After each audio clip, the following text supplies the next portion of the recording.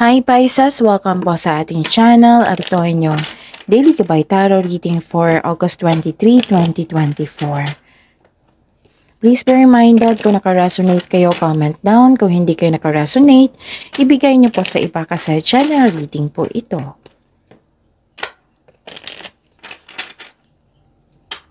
This is for you, Pisces, ngayong August 23, 2024.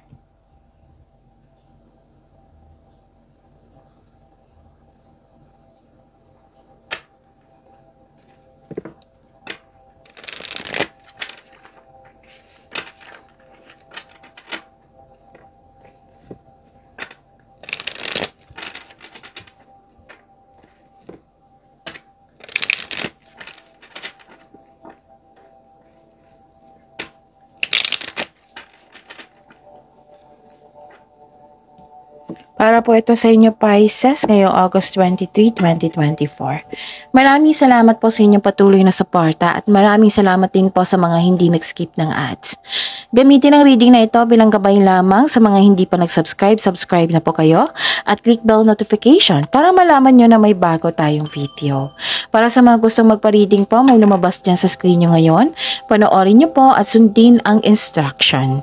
Calling the attention sa mga suki ko dito na Pisces, open na po inyong Monthly Gabay Tarot reading for September 2024. May 6 months from now reading tayo at love life reading po. So message me, Pisces, for schedule. Maraming salamat po.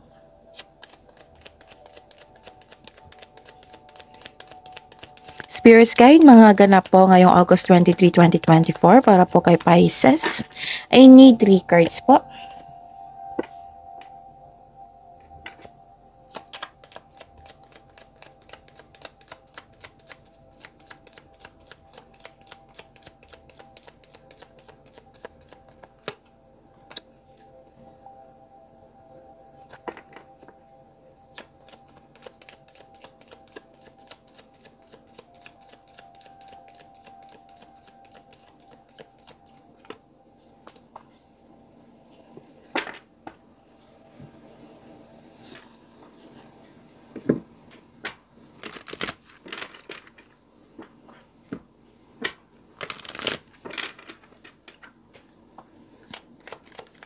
Spirits Guide, mga mensahe niyo po para kay Pisces ngayong August 23, 2024.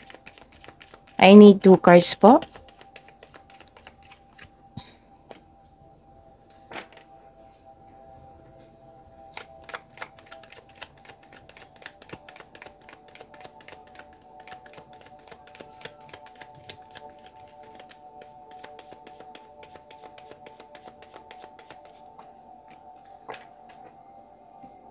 Okay. Okay. Pisces. May malaking influence ang lalaki. Oo, may energy ng lalaki dito. Malaki ang kanyang influence sa araw na ito. Maaaring siya yung nagbigay ng sakit ng ulo sa'yo or nagbigay ng tulong. Nakikita ko dito na may tao dito nag-degrade sa'yo, naninira sa'yo. Oo. Or, ito ang dahilan na nagkaroon kayo ng anxiety or yung nagkaroon kayo ng stress kasi sa mga ginagawa ng taong ito. Or, pwede nyong ingatan yung mga bagay dyan, na importante sa inyo. Like, for example, money. Kasi may nakita ako ditong pagkawala. Okay? Pwedeng loss of connection to sa isang tao na na-miss mo. Pwedeng, loss of money. For example, loss of money to. Pwedeng bagay ibang bagay. Pwedeng kinuha, ninakaw po. Pwedeng nawala, nagasta. Oo. May nakita rin ako na damage dito. So, ingatan po ang mga importanteng bagay dyan. Okay? Pero don't worry, Pisces, kasi nakita ko dito, mabibigyan ito ng solusyon ang inyong matagal na problema. Yes, mabibigyan na po ng solusyon ang inyong problema. May sagot na po sa inyong mga katanungan. Yes, may solusyon na po So, claim nyo itong solusyon na ito, Pisces. Okay? So, this is Journey by Moonlight. Believe in miracles po. And Open your heart to joy. So you deserve to be happy. Pisces. Spirits guide, ano po yung energy ni Pisces ngayong August 23, 2024?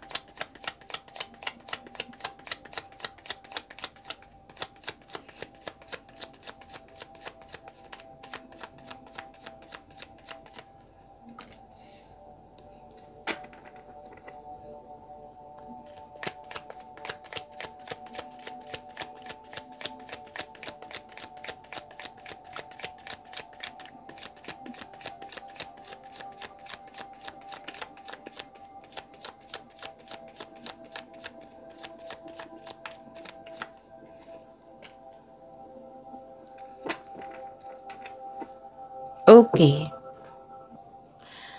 Panoorin niyo po yung last 4 days kabay tarot reading niyo po, Pisces. Like for example, napanood niyo ito ngayong August 23, 2024. Panoorin niyo po yung August 22, 21, 20, and 19.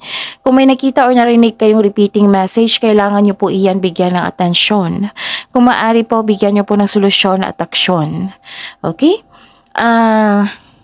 Calling the attention, again, calling the attention sa mga suki ko dito na Pisces. Open na po ang inyong Monthly Kabay Tarot reading for September 2024. May 6 months from now reading tayo at love life reading po. So message me Pisces for schedule. Maraming salamat po. Okay, what is your energy, Pisces? Nakikita ko dito na malakas ang inyong intuition. Nagkaroon din ng self-study dito. Nagkaroon ng changes. Naka-receive kayo ng wisdom message. May nakita ko dito ginagamit mo yung talino nyo, common sense, awareness, aware po kayo sa mga nangyari, may nalaman kayong sikreto.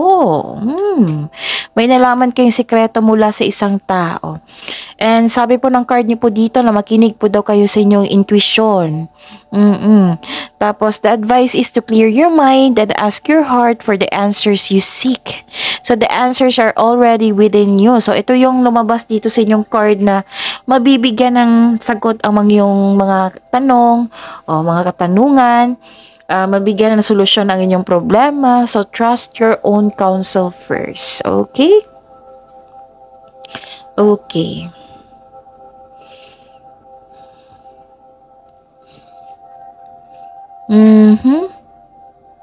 Wow, this is very good. Kasi you're healing yourself from a heartbreak. Nag-let go ka na sa pain at masasakit na alaala. Kahit malungkot ka sa hatid ng disappointment or heartbreak, nag-make move po kayo, nag-desisyon po kayo. Nag-make move kayo na for recovery and releasing a pain. So this period of sorrow won't last forever. So look to the future with hope for new experiences. Kasi kung magkakaroon ng pagtanggap, kasi kitang-kita ko yung pagtanggap mo dito sa mga pangyayari, magbubukas po yung bagong pagkakataon. Magkakaroon niya ng new beginning. So look to the future with hope for new experiences.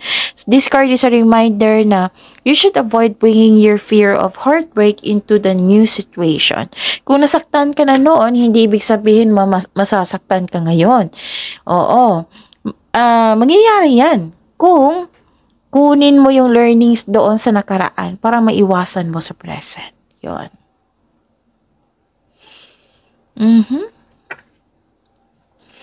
Spirits Guide, Career and Money po ni Pisces ngayong August 23, 2024.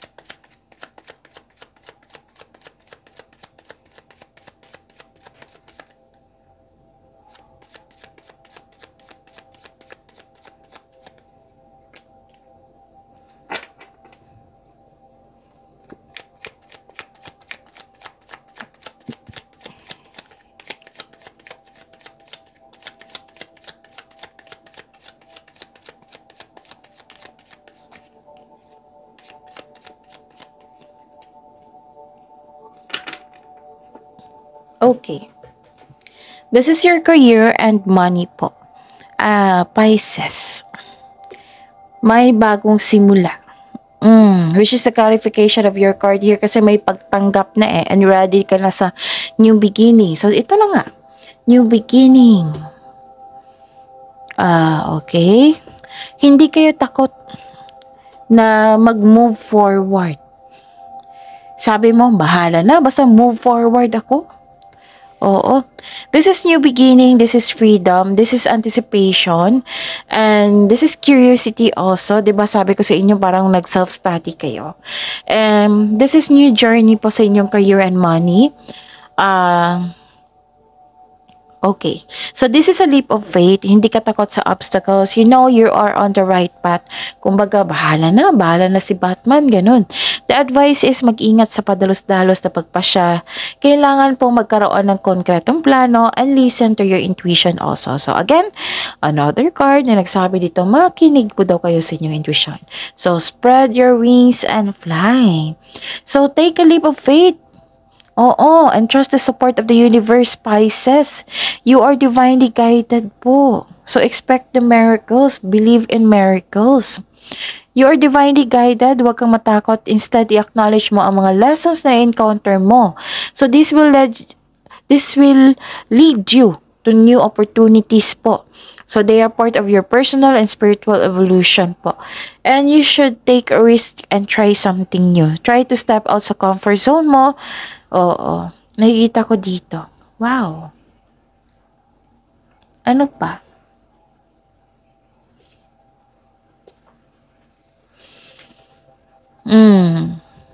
Okay. Sikapin niyo po daw na hindi yung mainit ang ulo mo. Oo. Sikapin niyo po daw na iwasan po iyan. Okay? Tapos, kung nagkaroon ng delay, habaan nyo po ang pasensya nyo. Kasi tinitest yung pasensya nyo rin dito Kung nagkaroon ng disconnection sa isang tao, kasi may nakita rin akong disconnection dito, hindi po ito ang sign na mag-give up ka. Kaya nga, ang advice ng card nyo dito, magpatuloy. Mag-ingat din kayo sa isang taong maluloko. Nakita ko dito parang maluloko siya sa regarding sa money. Money mo. So, ingatan talaga kasi ilang cards na nagsabi dito, dalawa. Ingatan ha. Mag-ingat po kayo sa taong manloloko. Okay? Magkakaroon ka ng hesitation yan Magkakaroon ka ng hesitation kasi pinipigilan kayo ng inyong intuition. So, yun.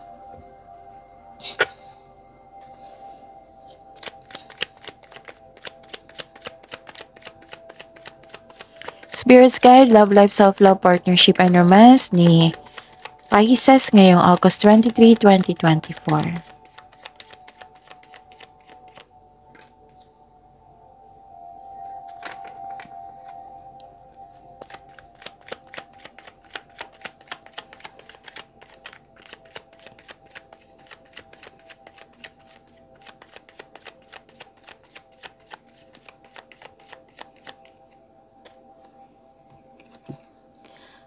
Maraming salamat po sa patuloy na tiwala at suporta sa ating channel.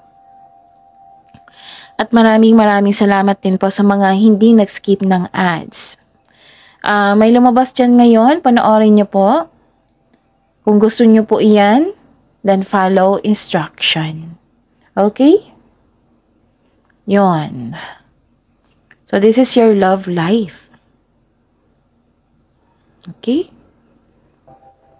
Okay. Saglit lang po. Inom muna ako ng tubig.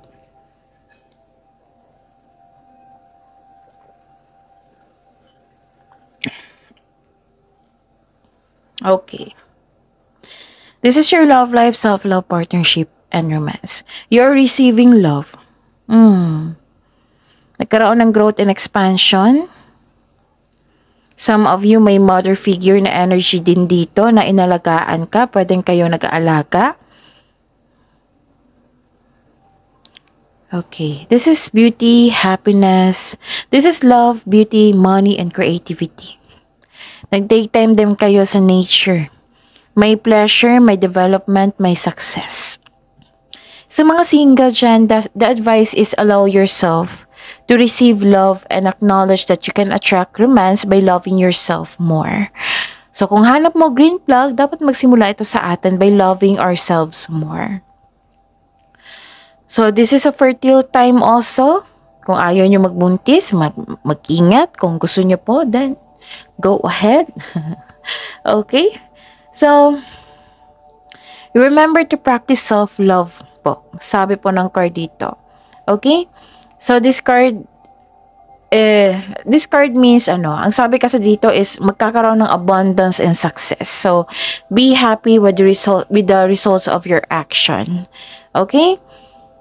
May nakita nga akong buntis dito eh. So, kung gusto niyo mabuntis, may nakita akong fertility dito. So, go ahead kung gusto niyo po. Pwede din tong pera ha, na parating or opportunity regarding sa inyong relationship. Yun. Ano pa?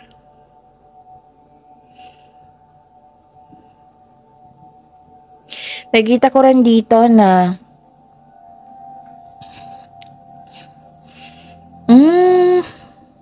wag po daw kayo maniwala sa chismis. Lumabas na naman, ikatatlong card na po dito nagsabi na may taong hindi totoo sa iyo. May tao dito na pinagmamasdan kanya. Pero ayaw niya mag-make move. Nag-observe po siya. Oo, nag-spy po siya. Pwede din na may concern ka sa isang tao na masakit kung what I meant is hindi madaling kausap or matigas ang ulo. May sitwasyon na masakit sa ulo po. So yun na yung paalalang ng card kung na huwag kayong magpa-apekto sa chismis. O kung may balita, alamin nyo muna kung totoo ba yan or hindi. Actually, malalaman mo ito eh. Kasi may nakita ko ditong malakas sa inyong intuition. Diba? Sabi ko kanina. So, yun. Mag-ingat po kayo sa kanya. Tapos kung huwag kayong magpa-apekto sa chismis na yan. Baka isa yan sa paraan na masira yung energy mo or what I meant is yung ma-trigger yung weakness nyo. Mag-ingat po. Kasi hindi siya totoo sa inyo.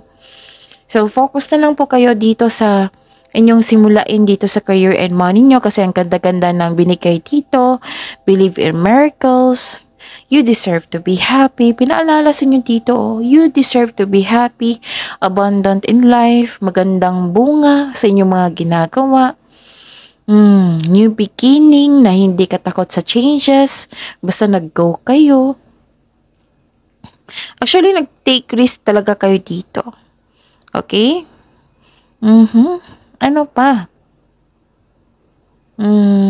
Yun. I think yan na. That's it. See you tomorrow, Pisces. Please like, subscribe, and click the button for notification para updated po kayo sa daily tarot reading natin.